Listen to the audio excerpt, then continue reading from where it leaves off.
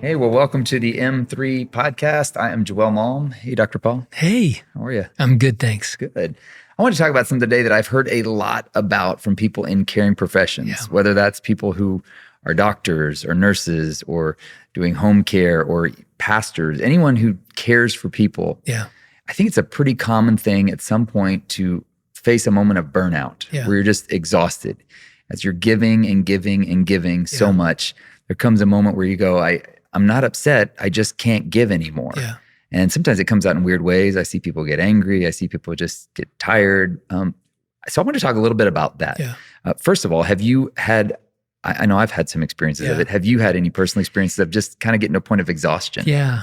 With a lot of little kids and practicing a busy practice of surgery, it was very exhausting, and it pushed me to the edge, and really I agree with what you say about compassion fatigue affecting a lot of people in the medical field, in nurses, doctors, and everybody in the medical field. And also I see it in pastors. Mm-hmm. And Joël, I see it a lot in missionaries.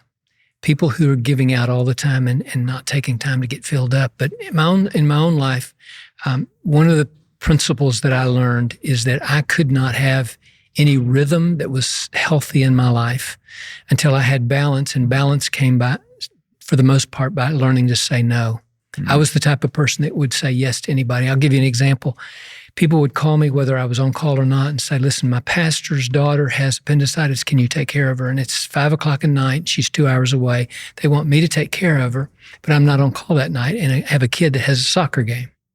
So early on, I would say no to family and no to everything else to be able to take care of that, because part of that was rooted in fear, honestly. I was afraid that if I didn't do it, people would quit sending me patients. But what I learned, Joël, very early, well, not early on, but several years into my practice, is that when I said no to people, they didn't get upset with me. They just wanted their loved one taken care of. So I remember when one of my referring physicians from Warren, Arkansas called, and he'd probably send me 1,000 patients.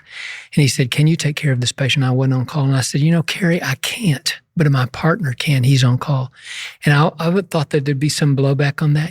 I'll never forget what he said. Oh, I don't care who takes care of her, Paul, as long as you guys take care of her for me. And so I learned early on to say no. And really, by saying no, I began to have some boundaries in my life and to be able to have a rhythm that was more sustainable. I think that's probably at the root of it, even for, talking about pastors. I'm pretty familiar with the pastor world. I see so many pastors. We get into this because we want to honor the Lord with what he's given us. Same with medical people. They would say, I want to honor the Lord. I want to do the right thing. There's so many verses in the Bible about caring for those that are in need. But it can become, it's getting it out of balance. And also it's motivation. You mentioned that. You say, I was afraid of them not sending me people. Or even sometimes the motivation is, I'm afraid, what if God's upset with me because I'm not doing enough? Where does that come from? Yeah. Oh, I don't know that. Is that a human thing? I mean, do you think everybody deals with that? I know I have it in different ways probably than you have it. Yeah.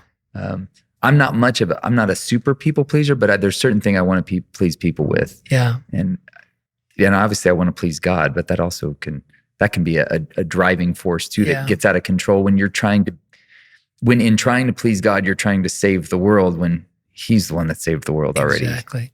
I think one of the things I like to think about is that Jesus said, the poor you'll always have with you. Mm-hmm. And a lot of people can use that one way or the other, but I like to think about the fact that God made it so that poor people that are in need, they're always around us. And it was the same in Jesus' time. He saw people that were in desperate need all the time. And Joël, what is encouraging to me is that Jesus didn't meet all those needs. And a lot of times he would heal everybody that was in a particular place, but other times, like at the pool of Bethesda, he chose one person out of the dozens of people that were there to heal. So just because there is a need doesn't necessarily mean it means it's my need to fill. And I think that's an important thing to realize if you're trying to get some balance back in your life. That's a pretty profound thing. How do you know, like for you, when this is a need that you're supposed to be the one to meet that need? Well, I think the most important thing is, again, to listen to the voice of Jesus and to see how he prompts you. I think there's danger in two different ways. Number one is if you close your heart of compassion to people. Remember the Levite and the the priest walking down with the man injured on the side of the road, the Good Samaritan story. They had closed their heart of compassion to people. I think that's a real danger. We always want to have our heart of compassion open to people, but even if you have your heart open, doesn't mean you necessarily have to meet a need. So I think you have to just look at the prompting of the Holy Spirit to say, this is a need that I can meet. This is a need I don't necessarily have to meet. That's an interesting one, because there's a verse, I think it's in 2 Corinthians 5, where the Apostle Paul, he's talking about sowing good seeds. Yeah. And he says, each one of you should give what you've decided in your heart to give, Exactly. not reluctantly or under compulsion. Yeah. And that's interesting to me, because he's basically saying the default of a Christian is open-handed giving. But he's also saying, if there's any resentment or you're feeling this compulsion, then it's actually maybe you're not going to get credit for it. Great point. So you've got to figure out, we're called to give. Yeah. What is it that I'm called to give in this situation? And again, I don't know that there's a formula for that. Yeah. I think so many things, there's no formula. There's only direction from the Holy Spirit on that. Yeah. So the idea that we're trying to meet these needs, there's a guy, Pierre de Teilhard de Chardin, I think he was a priest, and he said this. He said, we are not human beings having a spiritual experience. We are spiritual beings having a human experience. Oh, I like that, yeah. And I think what's so profound about that is he's saying that at our core, we're spiritual beings, and we have this soul, right? And the soul and the spirit are, some say they're connected, some say they're distinct entities. The soul could be identified as your emotions, your desires, your thoughts. So we've got this deeper part of us, but we're also living this human experience. And so many times we feel the deeper tiredness within us in our physical bodies. Right. What are some signs that you've seen from people maybe it's even as a doctor? I've heard so many doctors say a lot of people's challenges today are just stress. It's like 90% of visits to a primary care physician are stress related. Really? So it's just, it's overwhelming. I like to say it like this. Stress always comes out of your body. It comes out as anger, it comes out as falling into temptation. It comes out as back pain. It comes out as, ulcers.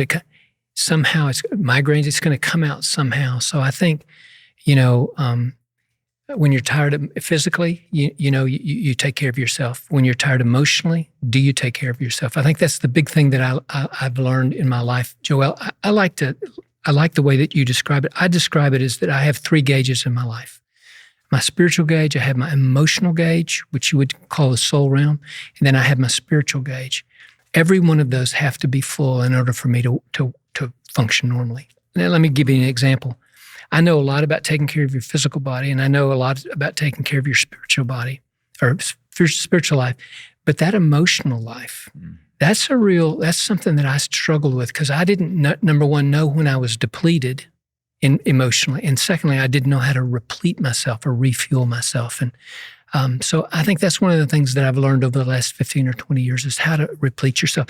I'm reading this book by Deborah Folletta called Soul Care, and I would strongly recommend it to our listeners. But I like what she says. She says, empty people cannot fill up empty people.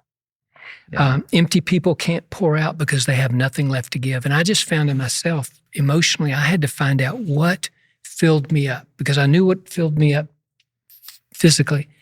I knew what filled me up spiritually, but what filled me up emotionally. And so I had to learn that. And that was a hard thing for me to learn. And, you only have a certain amount of emotional energy. You can't give it out all the time and then expect to not run out. You have to replete that. And so some of the things that helped me, I like this quote by Deborah. She said, some of the most soul-filling practices that we do are not spiritual practices at all. And what that means to me is that I can have a good relationship with Jesus. I'm listening to him. I'm reading my Bible. I'm praying. I'm going to church. And I'm taking care of my temple by exercising. But I can still be depleted emotionally. And spiritual practices won't fill up that emotional tank. And so I've had to learn, I've told you this before, but one of the ways that I feel like I get filled up is when I'm outside and I'm in nature. We used to own a farm out in the country here, and I never felt more close to God or more getting filled up emotionally than when I was mowing a hayfield or taking care of cows.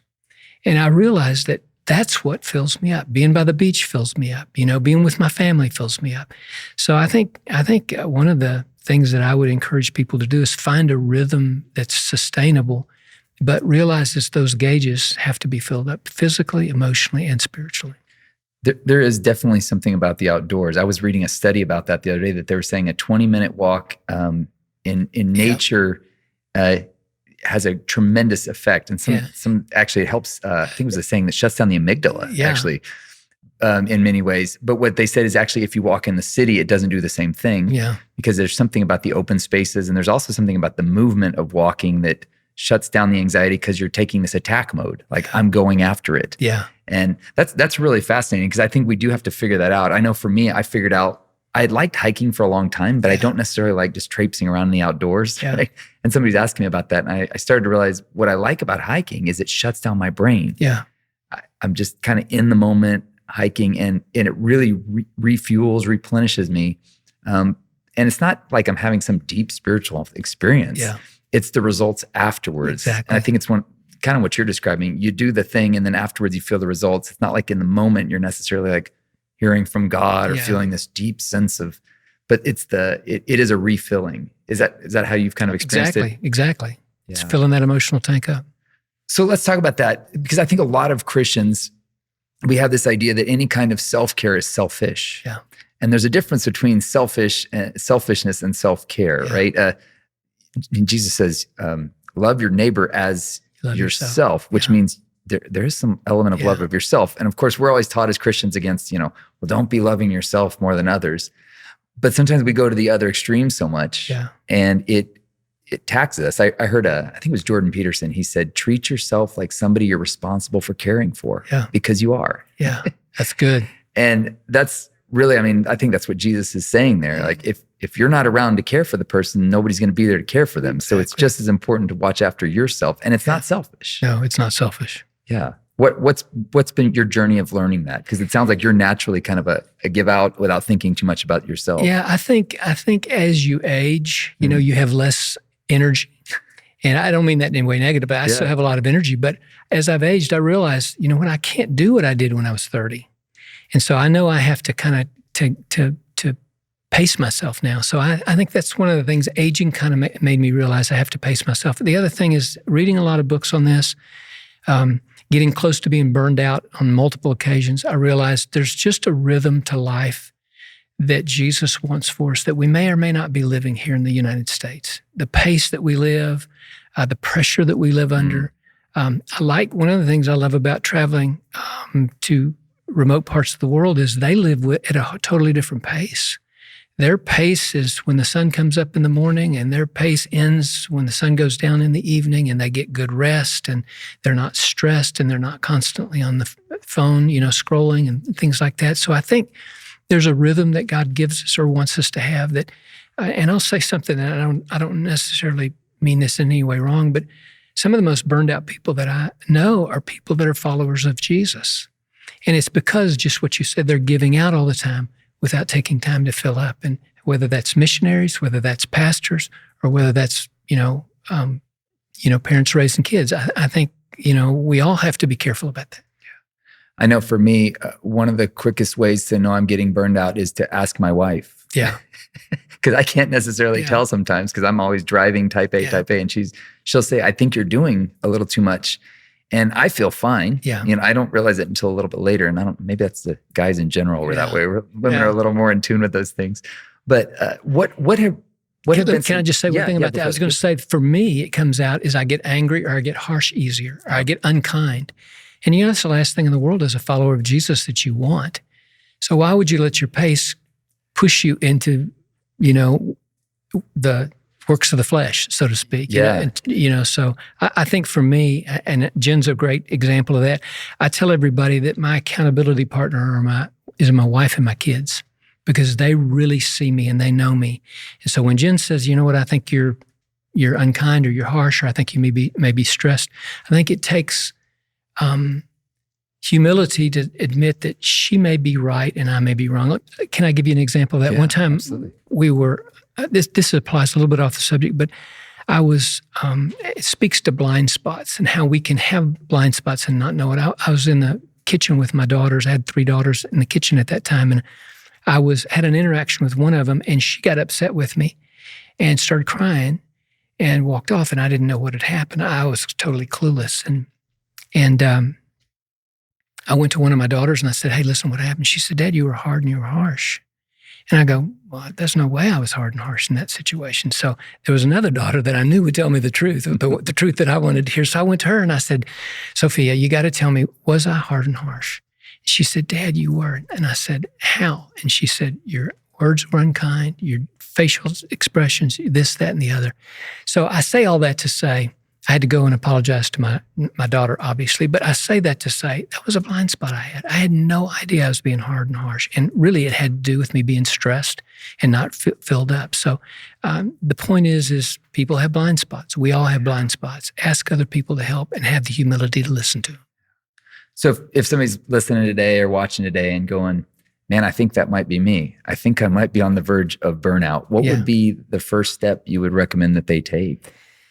There's some great resources out there now. I would say look up some of the resources. I would say this book called Soul Care by Deborah Folletta is a great way to start.